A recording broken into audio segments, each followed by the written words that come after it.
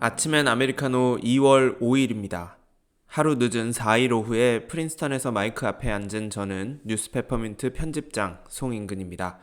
오늘도 뉴스가 쏟아지고 있는 미국입니다. 이 가운데 미국이 부과한 관세에 대한 중국의 보복 관세 조치, 트위터를 사들인 다음 장악했듯 연방정부도 장악하려는 일론 머스크, 그리고 트럼프 행정부의 교육부 폐지 움직임에 관한 소식을 준비했습니다.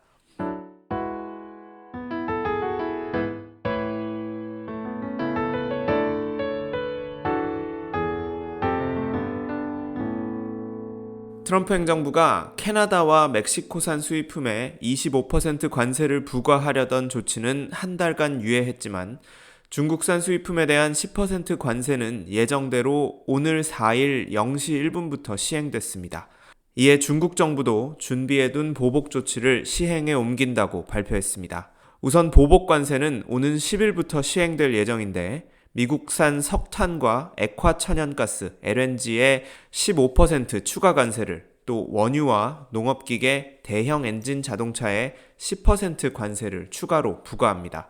미국은 세계 최대 LNG 수출국이지만 중국으로 수출하는 LNG는 전체의 2.3%로 비중이 크지 않습니다.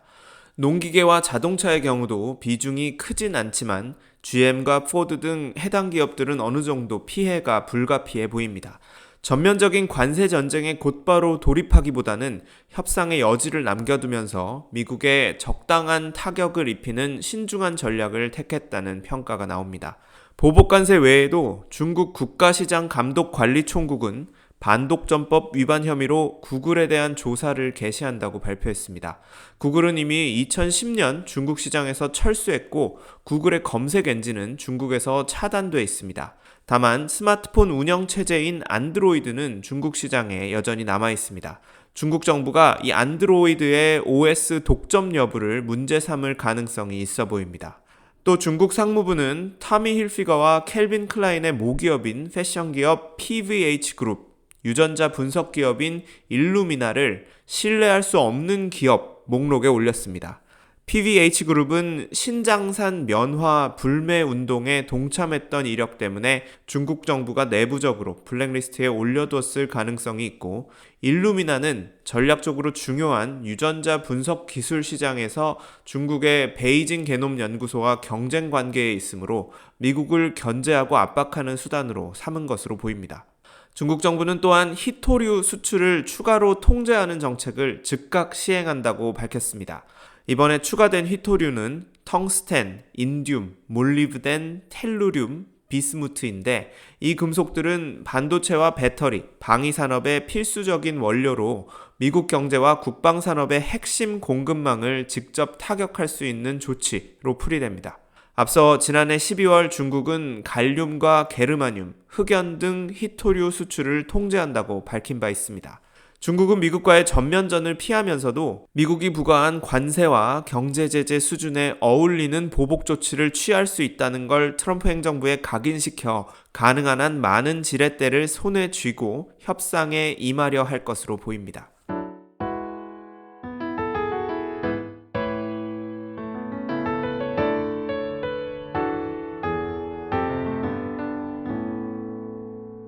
어제 에피소드에서 짧게 일론 머스크가 정부 효율부 도지를 통해 미국 재무부의 결제 시스템에 접근했다. 트럼프 대통령도 이를 알고 있지만 자신이 그렇게 하라고 했으며 머스크가 직접 자금을 동결하거나 기구를 폐지 또는 인사를 해고할 수 있는 권한은 없다. 내가 어디까지나 동의해줘야 한다고 말했다는 사실까지는 전해드렸죠. 오늘은 지금 머스크의 행보가 3년 전 트위터를 인수해 상장을 철회하고 비공개 기업으로 전환한 뒤 이 소셜미디어를 완전히 장악하던 때와 놀랍도록 비슷하다는 기사가 있어서 이를 소개하려고 합니다. 머스크가 연방정부를 뒤흔들고 장악하는 방식은 트위터를 인수해 X로 이름을 바꾸고 완전히 자기 입맛에 맞는 플랫폼으로 바꾼 것과 매우 유사한데요. 2022년 10월 440억 달러의 트위터를 인수한 다음 가장 먼저 머스크가 한 일이 법무팀을 해산하고 직원 절반 이상을 해고한 겁니다. 정확히 말하면 노동법상 일방적인 해고가 쉽지 않기 때문에 계약을 연장하지 않아 사실상 해고할 수 있는 직원들은 바로 내보내고 나머지 직원들에게는 이 fork in the road, 이른바 갈림길이라고 해석할 수 있는 제목의 이메일을 보냈었죠. 지금 당신에게 주어진 선택지가 몇 가지가 있는데 조용히 사직하면 그나마 보상을 받을 수 있지만 계속 남기로 하고 버티면 고용을 보장할 수 없다는 은근한 톤이지만 꽤 노골적인 협박조의 차가운 메일이었습니다. 이어 자기 마음에 들지 않는 광고주는 압박해 계약을 중단하거나 해지하는 등 트위터를 머스크화하는 작업을 전광석화, 속도전으로 마무리한 바 있죠. 도지는 정식 부처도 아니고 머스크가 대통령이 지명한 공무원으로서 의회의 인사 검증 절차를 거치지도 않았으므로 언제부터 도지가 정식으로 업무를 시작했는지 확정하기는 어렵습니다.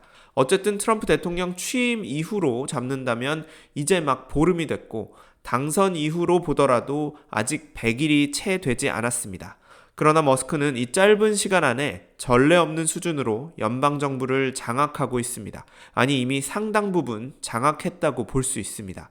재무부에 장부를 펼쳐놓고 정부의 계약업체 가운데 자기 마음에 들지 않는 업체들의 대금 지급을 끊을 수 있는 권한을 이미 손에 넣었습니다. 어제 언급한 미국 국제개발처 USAID가 그렇고 마이크 플린이라고 트럼프 1기 백악관 국가안보보좌관을 지내다가 러시아와 내통한 혐의로 물러났던 이 큐아논 등 극우 음모론을 신봉하는 육군 장성 출신 그 마이크 플린이 있습니다. 그 플린이 소셜미디어에 루터교 자선단체가 국민의 혈세를 허투루 유용하고 자금 세탁의 온상으로 전락했다는 내용의 포스팅을 올리자 머스크는 곧바로 해당 단체를 향한 돈줄을 끊었습니다.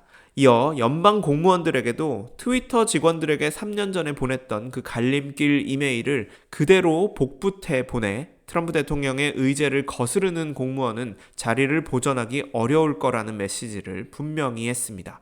와이어드의 비토리아 엘리엇 기자가 취재한 바에 따르면 6조 달러 규모의 재무부 장부에 접근 권한을 얻고 머스크의 지시에 따라 장부를 샅샅이 살펴보고 있는 건 이제 막 대학을 졸업했거나 한 명은 아직 대학생 신분인 엔지니어 6명이라고 합니다. 이들에게 아무런 검증도 없이 재무부 장부를 들여다볼 수 있는 권한을 줘도 괜찮다고 할 미국 시민이 과연 얼마나 될지 모르겠습니다. 구체적으로 생각해볼 문제가 두 가지 있습니다. 우선 트위터는 사기업이었습니다. 머스크가 물론 오버페이 논란이 있었지만 어쨌든 시장 가격을 지불하고 합법적으로 인수한 기업입니다. 하루아침에 직원들을 대거 해고한 게 과연 도의적으로 바람직한가, 또 경영상 효율을 추구해 회사를 정상화한다는 목표에 부합하는 일이었나 논란이 있을 수 있지만 법적으로 큰 문제가 될 일은 아니었습니다. 머스크 정도 부자라면 트위터 같은 대기업이라도 내돈내산 논리를 얼마든지 적용할 수 있는 거죠. 그런데 연방정부는 다릅니다. 당연히 사기업도 아니고 머스크가 아니라 그 누구라도 돈으로 사들일 수 있는 대상이 아니기 때문입니다.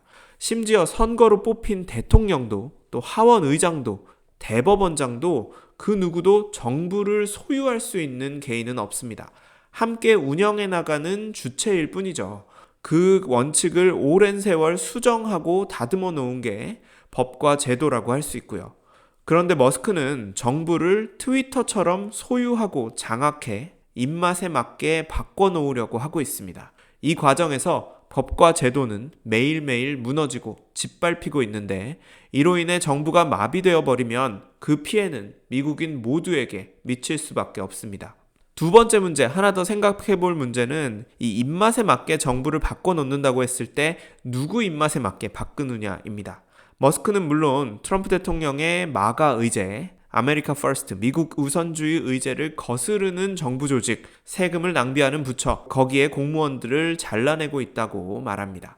트럼프도 내가 동의하지 않으면 머스크가 혼자서 돈줄을 끊을 수 없다고 말하기는 했죠. 그런데 머스크와 트럼프의 입맛이 같아도 문제고 서로 달라도 문제입니다. 둘의 입맛이 설사 같더라도, 그래서 둘 사이에는 어떤 이견이 없더라도 지금의 도지는 정부 효율부는 행정부에 주어진 권한을 한참 넘는 월권을 행사하며 관료제를 말살하고 있습니다. 이건 행정개혁이 아니라 쿠데타에 가까운 일입니다. 둘의 입맛이 다를 때는 문제가 더 커질 수 있는데 트럼프 몰래 또는 트럼프의 비호 아래 머스크가 자신의 이해관계에 맞게 정부 예산의 용처를 정한다면 이는 유례 없는 수준의 거대한 조직적인 부패가 될 것이기 때문입니다. 애초에 연방정부 조직에 마음대로 메스를 들이댈 수 있게 하면서 효율의 기준이라는 것을 한 개인이 판단할 수 있게 한 것 자체가 민주주의에서는 있을 수 없는 일이었습니다.